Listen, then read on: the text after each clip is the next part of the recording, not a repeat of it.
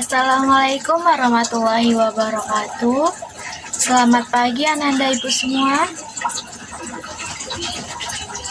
Apa kabarnya hari ini?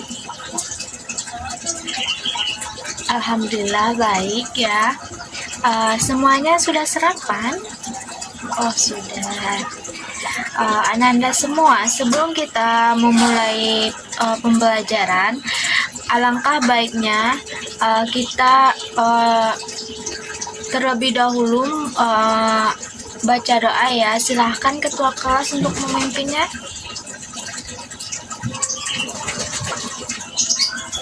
Amin. Nah, sebelum kita memulai pembelajaran, di sini Ibu minta seperti biasa, coba Ananda cek sekelilingnya apakah tempat duduknya sudah bersih atau belum. Jika masih ada sampah, dipersilakan diambil terlebih dahulu dan dibuang ke tempat sampah ya.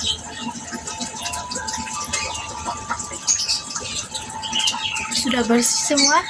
Oh sudah. Nah sekarang Ibu mau absen dulu ya. Ada yang tidak hadir hari ini? Alhamdulillah semuanya hadir ya, dipertahankan ya anak-anak. Sebelum kita melangkah ke materi selanjutnya, Ibu akan bertanya terlebih dahulu kepada Ananda semua, apakah ada yang masih ingat tentang materi kita pada pertemuan sebelumnya? Ya, silakan kepada Pelangi. Wah, betul sekali ya. Nah, pada pertemuan sebelumnya kita telah mempelajari mengenai contoh, tujuan, fungsi, serta pengadaan sarana dan prasarana. Apakah ada yang masih ingat apa itu sarana dan prasarana? Ya, silakan ke Putra. Ya, betul sekali ya.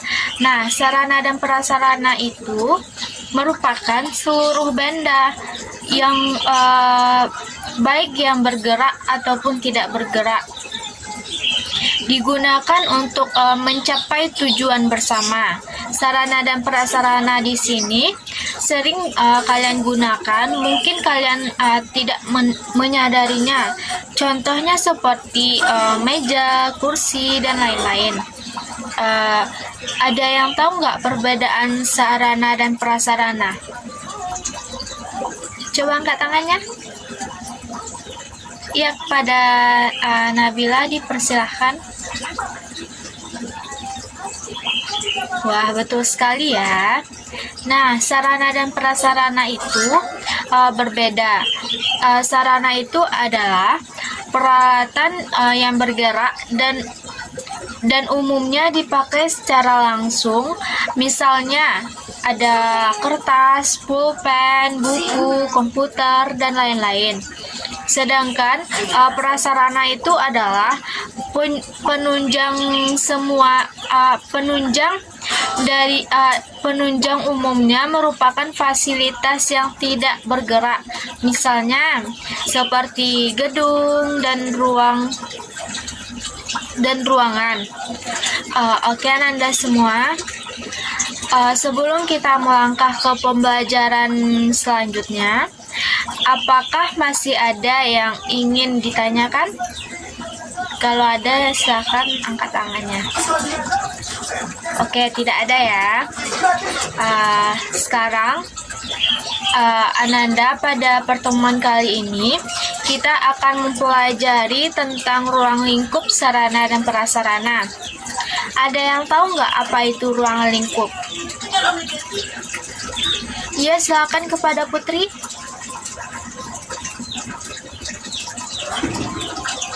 Wah, betul sekali ya. Beri tepuk tangannya untuk Putri. Nah, ada lagi yang tahu apa itu ruang lingkup? Ya, Nabila? Ya, betul sekali ya. Ruang lingkup itu adalah penjelasan tentang batasan sebuah subjek yang terdapat di sebuah masalah.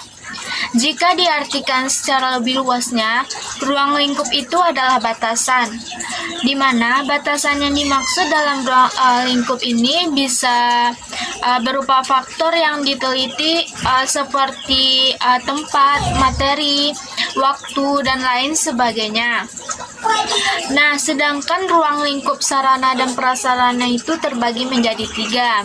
Yang pertama itu habis atau tidaknya penggunaan. Di sini maksudnya adalah sarana dan prasarana bisa dikelompokkan berdasarkan habis atau tidaknya penggunaan.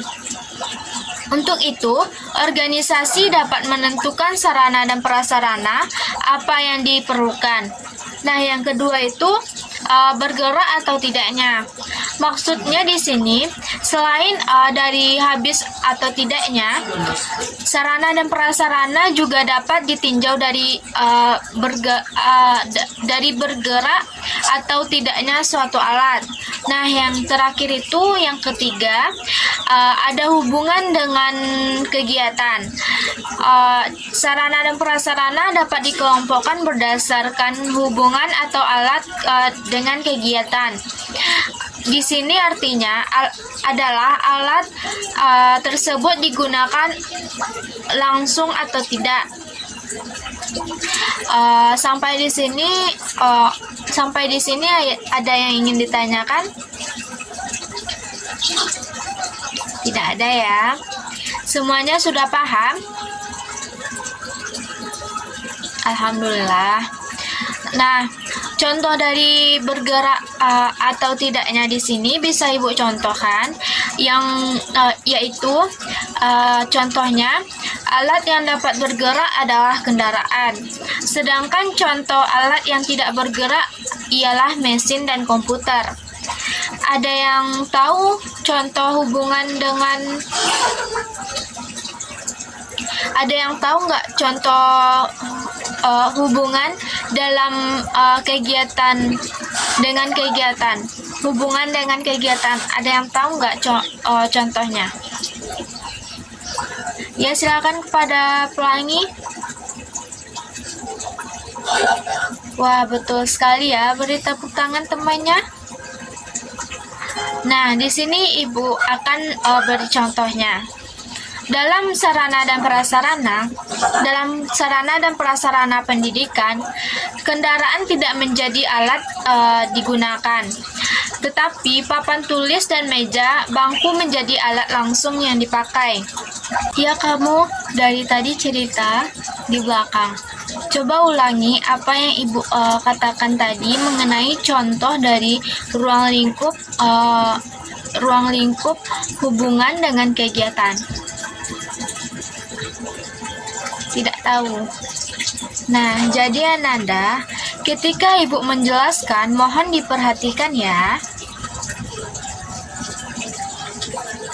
Jadi, Ananda Ibu semua, Ibu perjelas lagi ya, bahwa ruang lingkup sarana dan prasarana itu terbagi menjadi 3.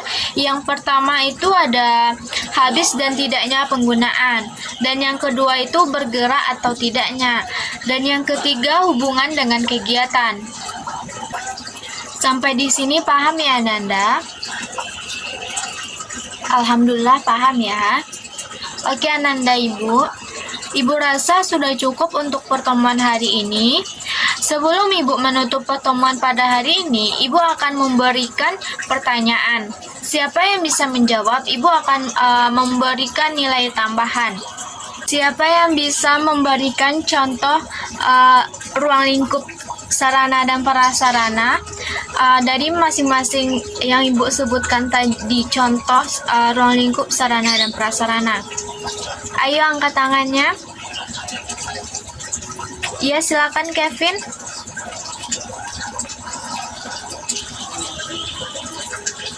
Benar sekali ya.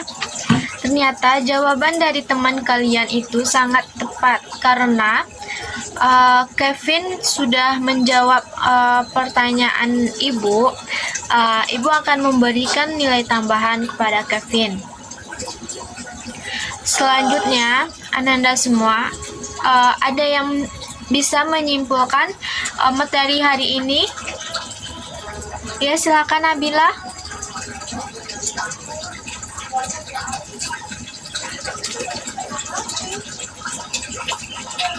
Oke, terima kasih Nabila. Nah, kesimpulan dari pembelajaran kita hari ini, kita membahas tentang yang pertama itu kita mereview kembali tentang pengertian sarana dan prasarana, dan melanjutkan pembelajaran minggu lalu tentang fungsi, tujuan, pengadaan, dan contoh dari sarana dan prasarana. Untuk materi hari ini dapat disimpulkan tentang ruang lingkup sarana dan prasarana pendidikan itu terbagi menjadi 3, yaitu habis atau tidaknya penggunaan. Nah, yang kedua itu bergerak atau tidaknya, dan yang ketiga dan yang terakhir hubungan dengan kegiatan. Oke Ananda, Ibu semua, Ibu rasa sudah cukup pembelajaran kita hari ini tentang ruang lingkup sarana dan prasarana. Terima kasih untuk partisipasinya. Semoga apa yang Ibu sampaikan tadi bermanfaat bagi kalian semua. Ibu akhiri, Assalamualaikum warahmatullahi wabarakatuh.